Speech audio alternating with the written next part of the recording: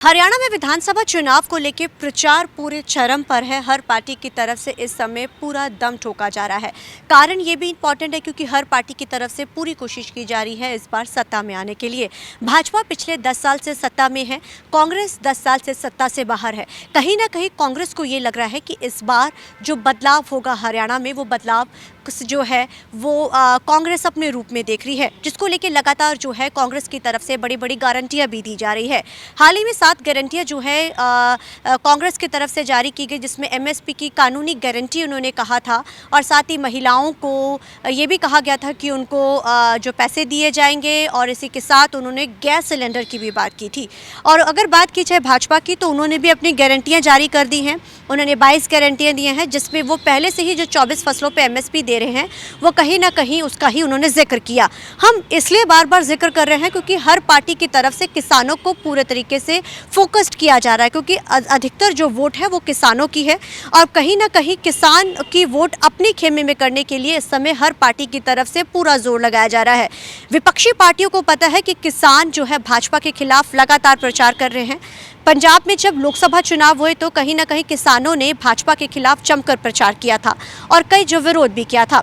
और अगर अब बात की जाए हरियाणा की, तो हरियाणा में हालांकि इस तरीके की कोई खास तस्वीर देखने को नहीं मिली, लेकिन कल भूपेंद्र सिंह हुड्डा की तरफ से एक बड़ा बयान जारी किया गया है। उन्होंने साफ तौर पे कह दिया कि अगर वो कांग्रेस सत्ता में आती है तो इस बार जो है शंभू बॉर्डर को खोल दिया जाएगा। ये बहुत बड़ा बयान इसलिए भी इस नज़रिए से देखा जा रहा है क्योंकि हरियाणा में विधानसभा चुनाव प्रचार जोरों पर है। कानूनी गारंटियां लगातार जो दी जा रही हैं, और कांग्रेस ने अपनी 7 गारंटियों में एक कानूनी गारंटी कही है। उन्होंने एमएसपी की बात कही है और स्वामीनाथन रिपोर्ट के लेकर राहुल गांधी जो लगातार बयानबाजी कर रहे हैं, उसको लेकर भी हुड्डा ने साफ तौर पे कहा है कि हम तो किसानों के साथ खड़े हैं, हम किसानों के हकों के लिए खड़े हैं और लगातार हम किसानों के हक के लिए आवाज़ उठाते रहे हैं।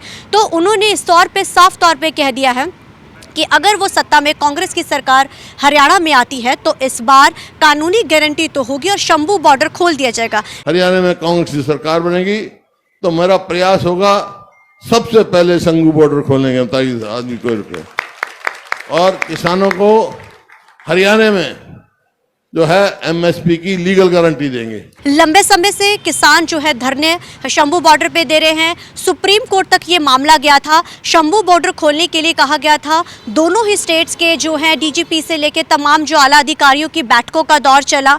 हालांकि दोबारा से मामला जो कोर्ट में चला गया, लेकिन अब शंभू बॉर्डर खोलने के बयान से कहीं ना कहीं जो राजनीति है वो काफ़ी ज़्यादा चरमा गई है और भग गई है। कारण ये है कि अगर शंभू बॉर्डर खुलता है तो किसान जो है वो दिल्ली की तरफ कूच करेंगे और वो लगातार इस चीज की मांग भी कर रहे हैं कि शंभू बॉर्डर किया खोला जाए, क्योंकि वो अपने जायज मांगों के लिए दिल्ली जाना चाहते हैं। अब ऐसे में हुड्डा का इस तरीके का बयान आना कहीं ना कहीं राजनीति का एक नया रूप, क्योंकि प्रचार में वो लगातार ये बात कह रहे हैं, लेकिन आने वाले समय में लोग किसको फतवा देते हैं ये तो समय ही बताएगा। लेकिन हाल फिलहाल हुड्डा के बयान के बाद कहीं ना कहीं अब ये जो राजनीति है वो काफी गर्मा चुकी है। जितों तक आज हुड्डा साहब का भी बयान मीडिया च आ रहा भी साडी सरकार आ गई तो ਅਸੀਂ रस्ते खोल के दिल्ली जान देंगे, ये तो जो कुछ राहुल जी बोलन डे आ। जिदन उन्होंने सत्ता आई फिर पता लगू भी साडियां गल्लां पूरीआं हुंदियां कि नहीं, जां जिदन हुड्डा साहब की हरियाणा सरकार आई जो कुछ वो बोल रहे ने पता उदों लगू जे करके विखाउंदे आ। नहीं तो सत्ता तो बाहर रही पार्टियां बहुत कुछ पहलों बोलदियां। भाजपा भी 2014 तो पहलों साडे नाल इकट्ठे धरने मुजाहरे करदी हुंदी सी ते इकट्ठे साडे नाल वादे करदे सी, पर जदों सत्ता च आउंदियां पार्टियां फिर मुकर जांदियां ने।